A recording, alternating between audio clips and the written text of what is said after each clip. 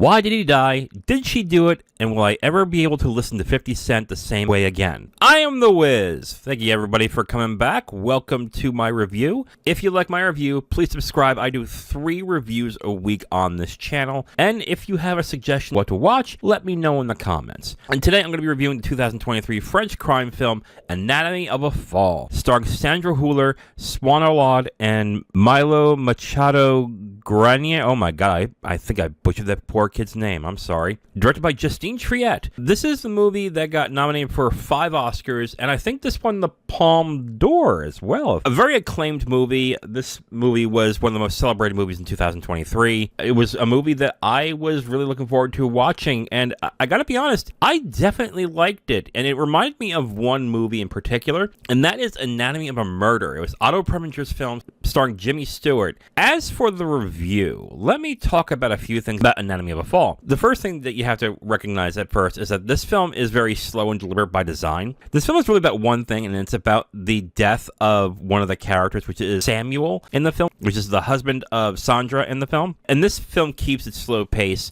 until a very specific point in the movie, and that's the trial that happens in the film. So what happens is that the film is about a man dies because apparently he fell from the 3rd floor of his home and fell to the ground, and he died. The authorities think that he didn't just straight up fall, that he might have been killed by his wife, Sandra, who is played by Sandra Hüller. And basically the film is what happened. What happened to Samuel in the film? Was he killed by Sandra? Did he fall on his own?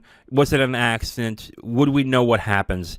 And that's essentially the film. I would say the first act of the film is just set up for the trial. And it's very slow, very deliberate. The rest of the film is the trial. And honestly, the trial of the film is easily the best part of it. The film has this push and pull that has you constantly guessing as to whether Sandra is guilty of a crime or not. The film is edited brilliantly this way because it gives you enough to make you think one way, and then it pulls back to make you think another way. And it's constant push and pull in this film that really makes Anatomy of a Fall really good in this aspect. When the film sticks to the trial and it sticks to what's happening there, I think this is one of the best, if not the best, film to have a court procedural in it. It is entertaining, it is instantly fascinating, and intellectually, it's dealing with a lot of different themes that a lot of crime films don't usually get into. Do we know what a sense of justice is?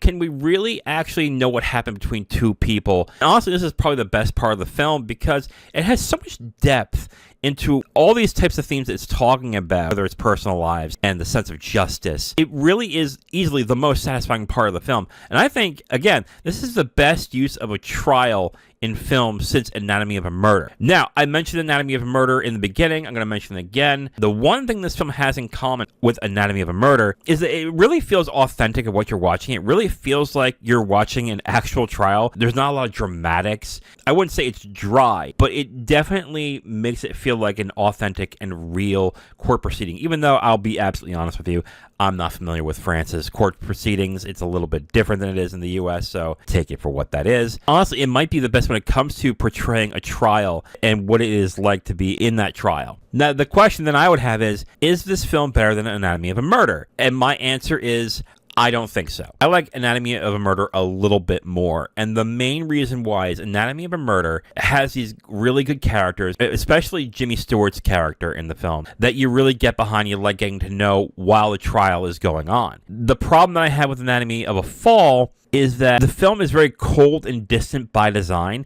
and I think that really helps when it comes to the push and pull of whether the character may or may not have done what she's accused of. But then it's really hard to invest in Sandra specifically because of how cold and distant the film is. Again, this is really by design when it comes to the film because it really wants you to look at the facts as it's being stated and decide whether you believe she's capable or she did this or not. By that point, I think that was a pretty good idea and a good job on that end. But then the problem then becomes you have no investment in this character. And because you have no investment, you're not getting emotionally invested. So you're not wishing, oh, maybe she's innocent. Oh, wouldn't it be terrible? Oh, you don't get that dramatic release. Oh my gosh, she's going to jail. Or oh my God, she's innocent. Because the film doesn't allow it. Again, by design. I understand that. But honestly, I also think of other trial movies where having that emotional investment actually helped and actually enhanced the film. I think one example I'll use is Primal Fear. I think Anatomy of a Fall is better than Primal Fear.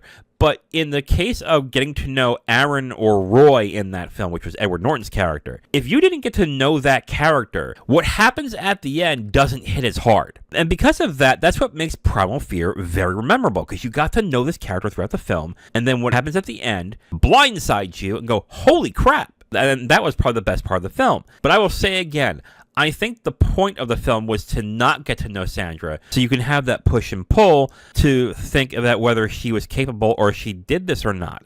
And I think it does that well. But if I'm going to decide on what was the better film, I'm going to say Anatomy of a Murder, because I think that film did both aspects, the characters and whether the person who was accused of the crime did it or didn't do it, was both utilized very well. Again, I will say when it comes to the trial aspect of the film, I think Anatomy of a Fall does a fantastic job.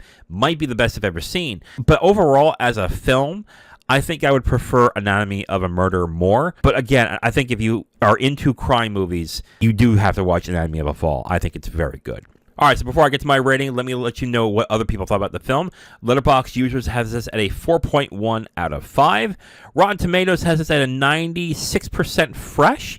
And as for Oscars, it won 1, which is Best Original Screenplay, and was nominated for 5, including Best Picture, Best Director, and Best Actress for Sandra Hüller. After I watched the film, I was really debating on what rating I was going to give this, and I was considering a 4 out of 5, but I'm going to give it a 3.5 out of 5. Again, I think the trial aspect of the film is some of the best I have seen in a film. I think it was really well done, and the push and pull of whether Sandra actually did this or not is what keeps this film interesting. That being said, when it comes to crime films and when it comes to these types of procedurals, what really makes them work, aside from whether or not the person did it or not, is the attachment to this character. And unfortunately, I did not feel any attachment to Sandra in this film. I didn't even feel any attachment to Daniel, which is the son in this film, who you would really want to be behind because of one, of his affliction that he has, and two, the emotional grief that he's going through with his mother and his father and what's going on. Now, this could have very well been the design of the film itself, because it wants to keep you distant in order for you to think about whether you think she did it or not. But because of that, I feel like it's missing this little bit that I think would have made it really, really good. But I think the film is very good, and if you haven't seen it and you're into crime films, you should see it. So, 3.5 out of 5 for me for Anatomy of a Fall. It is on the Criterion Collection, and it's also on Hulu or Disney Plus if you have not seen it. Thank you again for watching. See you guys next time.